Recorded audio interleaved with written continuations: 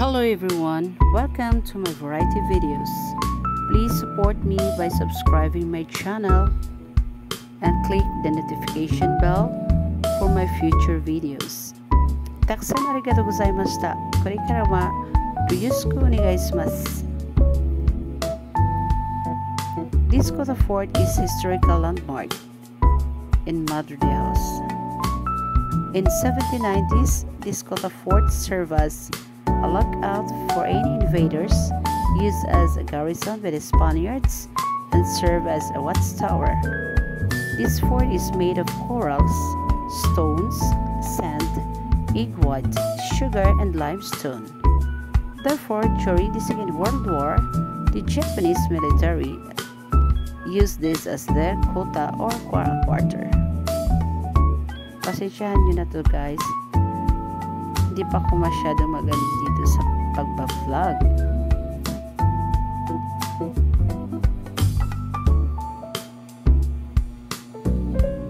Pero pag-aralan pa ito guys para mapabuti ang vlog ko. Para naman kayo enjoy to watch my variety videos.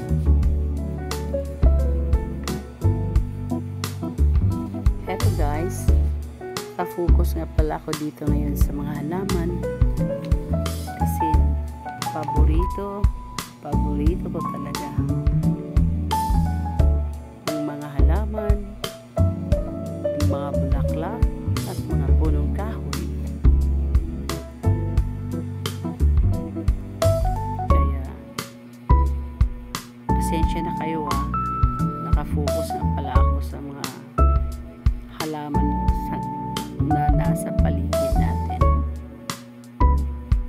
So itong Mercota nga pala, nasa loob yung mga stalls na nabibinta ng mga pagkain at malalamig na inumin.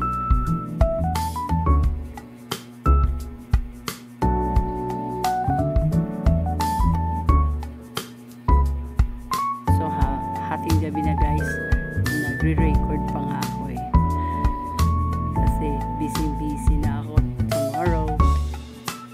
Ang daming gawain sa store ko, kaya ang daming pang mga trabaho guys. So itong pag-vlog ko is paminsan lang, no? Kung may time. So heto na ang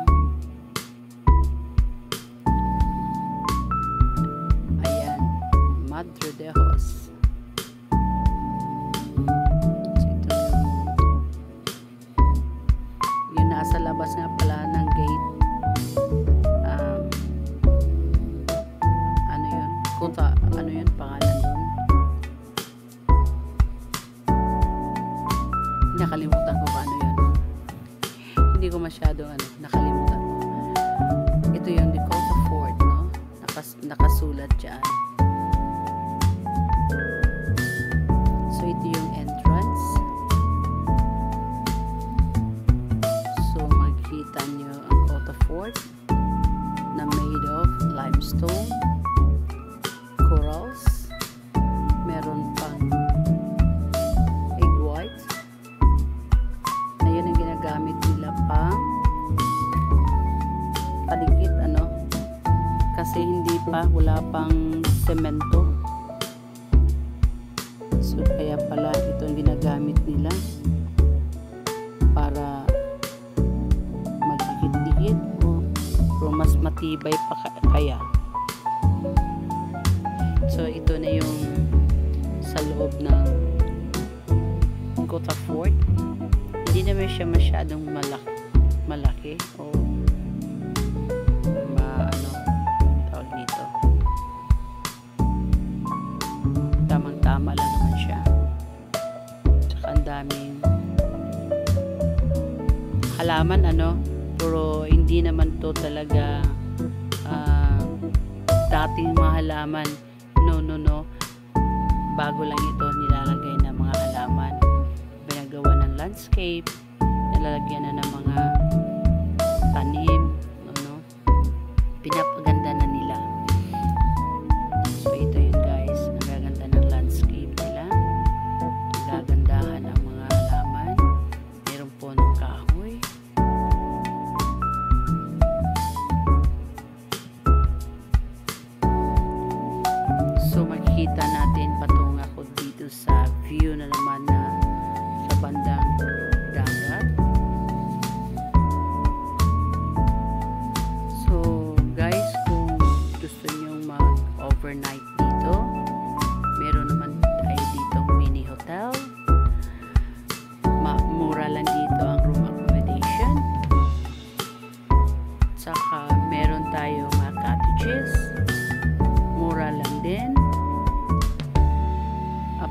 ready sa mga walk-in.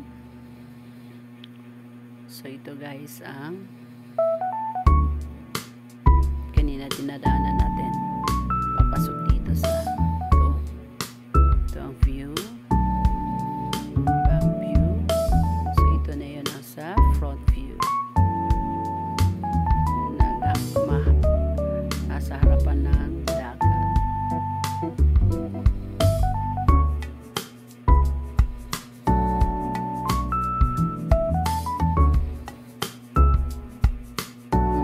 Ayan ang mga isda, hindi na nakauwi yun sa sa dagat yun nasa yung nakikita natin parang island nina doon yung yung pier nga pala, yung bagong pier na ginawa. So ito yung Lawis, yung lumang pangalan ng Madre de Dios. Ito talaga yun. Ito yung boardwalk patungo sa watchtower, at saka yung nasa dulo yun ang lighthouse.